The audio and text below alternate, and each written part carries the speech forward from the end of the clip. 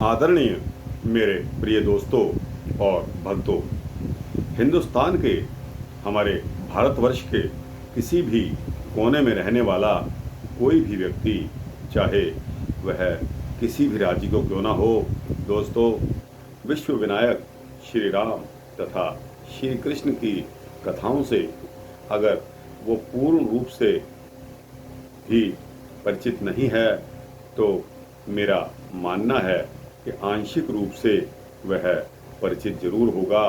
दोस्तों, जहाँ तक श्री राम का कथानक है, वह भारत से बाहर भी अन्य बहुत से देशों में भी विभिन्न रूपों में देखने में आता है।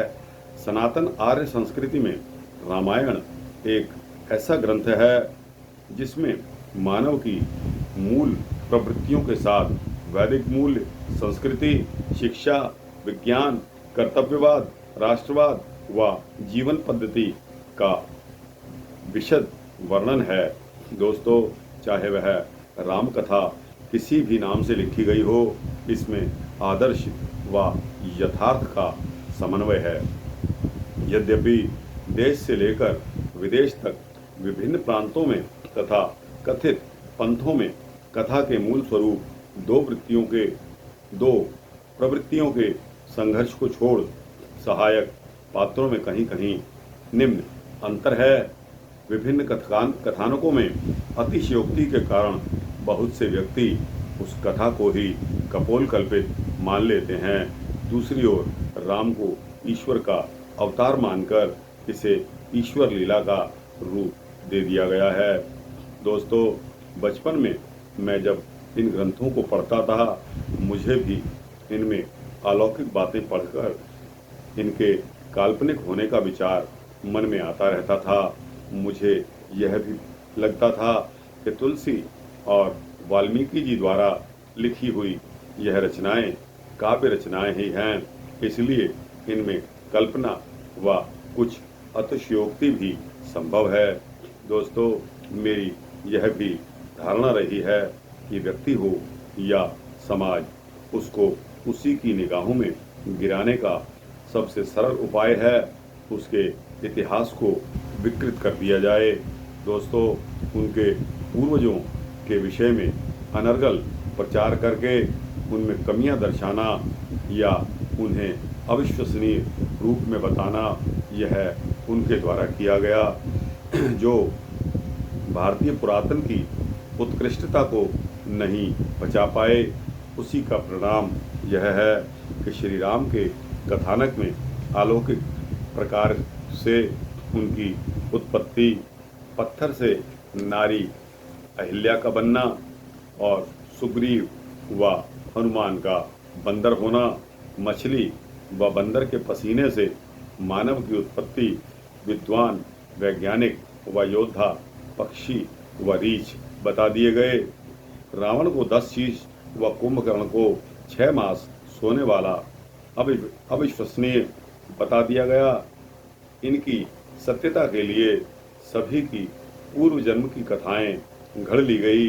कुछ वर्षों पहले मुझे ब्रह्मकालीन ब्रह्मचारी श्री कृष्णदत्त जी के योग मुद्रा में दिए गए प्रवचनों को पढ़ने का अवसर मिला, जिनका वर्णन मेरे द्वारा आगे किया गया है।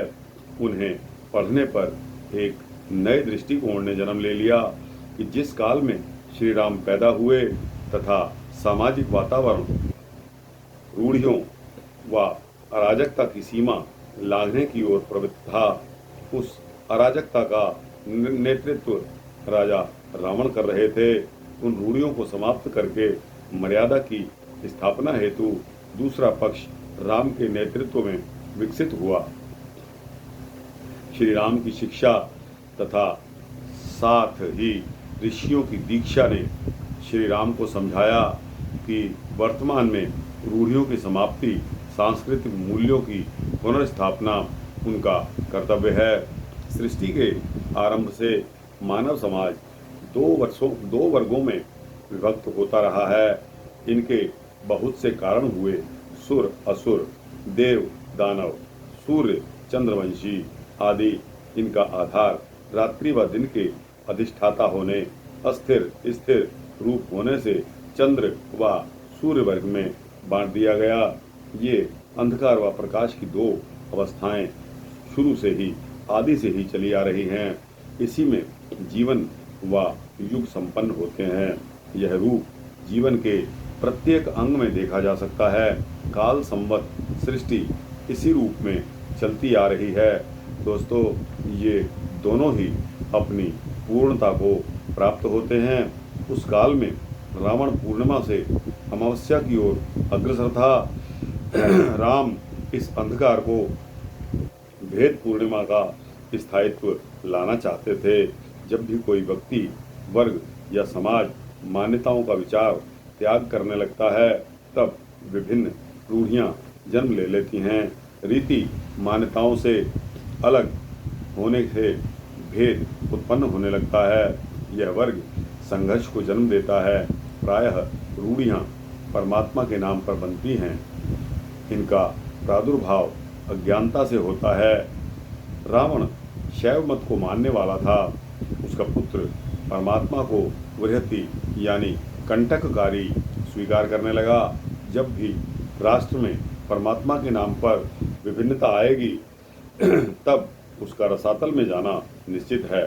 अलग अलग मान्यताओं के प्रति शासन की अलग अलग दृष्टि की हिंसा की जनक होती है। दोस्तों, राम व रावण दोनों ही महान वैज्ञानिक थे, महान ज्ञानी थे। रावण का विज्ञान स्वार्थ सिद्धि में प्रयोग हुआ। राम ने पृथ्वी विज्ञान को जाना। ये जानते थे कि कहाँ भूमि कैसी है, कहाँ क्या प्राप्त हो सकता है, बंजर भूमि में को कैसे उपजाऊ बना सकते हैं।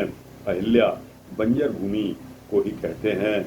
निषाद राज में उन्होंने उस प्रकार की बहुत भूमि देखी। वहाँ उन्होंने कृषि कार्य करना बताया। यही अहिल्या उद्धार है, जो पत्थर को नारी बनाने के प्रतीक रूप में आज भी प्रसिद्ध है। मूलतः दोनों में वैचारिक विभिन्नता रही है। रावण ने राष्ट्र के प्राणियों को ही नहीं, अपने भाइयों संबंधियों को अपने कृत्यों से शत्रु बनाया, जबकि राम ने अपने राज्य से दूर वन व पर्वतवासियों को अपना साथी बनाया। उन्हें सांत्वना ही नहीं दी, अपितु उनमें आत्मविश्वास भी जगाया, और विजय प्राप्त की। आत्मविश्वास वही जगा सकता है जो स्वयं आत्मविश्वासी हो। रावण भोग के लिए कुबेर से राज्य छीनता है। राम को राज्य मिल रहा होता है। मात्र माता की आज्ञा से वन को प्रस्थान कर देते हैं। रावण पर विजय पाते हैं तो उसी के भाई को राज्य सौंप देते हैं। राम तपस्वी थे। रावण तपस्वियों को सताता था। राजा का कार्य एक संस्कृति की स्थापना करना है। रावण के संस्कृति के अर्थ ही बदल डाले। दूसरा कर्तव्य धर्म का पालन राजा का धर्म है।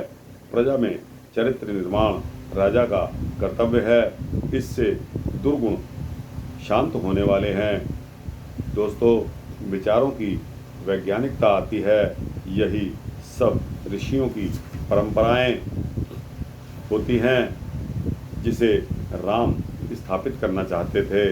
रावण इसे मिटाने पर आरूढ़ था। राम ने आश्रमों में जाकर इस बात का भी खंडन किया कि ब्राह्मण का अर्थ यह नहीं है कि वह आत्मरक्षा हेतु भी संघर्ष न करे, शास्त्र के साथ शस्त्र न उठाए। परशुराम का मान उन्होंने सर्वदा इसलिए किया कि उन्होंने अन्याय के विरुद्ध शस्त्र उठाने में कभी संकोच नहीं किया। यही कारण था कि सारा तपोवन सत्य का साथ देने युद्ध में उनका सहायक बनकर खड़ा हो गया। उपरोक्त सभी विचारों के मध्य राम कथा का चिंतन मेरे मन में एक आकार लेने लगा, जिसकी तार्किकता व विज्ञान ब्रह्मलीन कृष्णदत्त जी के प्रवचनों पर आधारित हो तथा कथानक चिर परिचित वाल्मीकि एवं तुलसीदास जी द्वारा वर्णित हो। इसका परिणाम ही दोस्तों यह सत्य प्रकाश त्यागी जी के विचार हैं। दोस्तों, सत्य प्रकाश त्यागी जी ने लिखा है कि मेरे चिंतन की राम कथा है, इसमें लेखक कहाँ तक सार्थक हुआ, पाठक ही निर्णायक हैं। घटनाओं में तार्किकता और वैज्ञानिकता का समावेश विचारवान पाठकों को ग्राह्य हो, मेरा यह प्रयास रहा है। मेरे प्रिय भक्तों, जब जब भी मैंने यह पुस्तक लिखने का विचार किया, उसके पात्रों की तार्किकता और वैज्ञानिकता मित्रों को बताई, उन्होंने इसे मूर्त रूप में देने की प्रेरणा मुझे दी। इस पुस्तक को पाठकों को समर्पित करने के लिए उन सभी को मैं धन्यवाद देना चाहता हूँ। दोस्तों, यह श्री रामचंद्र और श्री कृष्ण के जो कंक्लूडेड विचार हैं, आइडियाज़ हैं, उसके बारे में लेखक ने इस पुस्तक में अपना प्रस्तावना दी है। तो दोस्तों, राम को राज्य मिल रहा होता है, मात्र माता की आज्ञा से वन को प्रस्थान कर देते हैं। रावण पर विजय पाते हैं तो उसी के भाई को राज्य सौंप देते हैं। दोस्तों, एक तरफ तो रावण राज्य के लिए कुबेर से राज्य छीनता है और दोस्तों दूसरी तरफ श्री राम रावण के भ्राता को राज्य सौंप देते हैं, क्योंकि राम तपस्वी थे। और दोस्तों, रावण ने तो संस्कृति के अर्थ ही बदल डाले। दोस्तों, यह एक तुलनात्मक अध्ययन आपको श्री रामलीला के बारे में मैंने आपको बताया। तुलनात्मक अध्ययन आपको कैसा लगा? अच्छा लगा हो तो इसको लाइक और शेयर करते हुए अपने दोस्तों को पढ़वाएं, उनको भेजें। और दोस्तों, इस चैनल को अगर आप सब्सक्राइब करेंगे तो आपको इसी तरह के भक्ति वृत्तांत देता रहूँगा।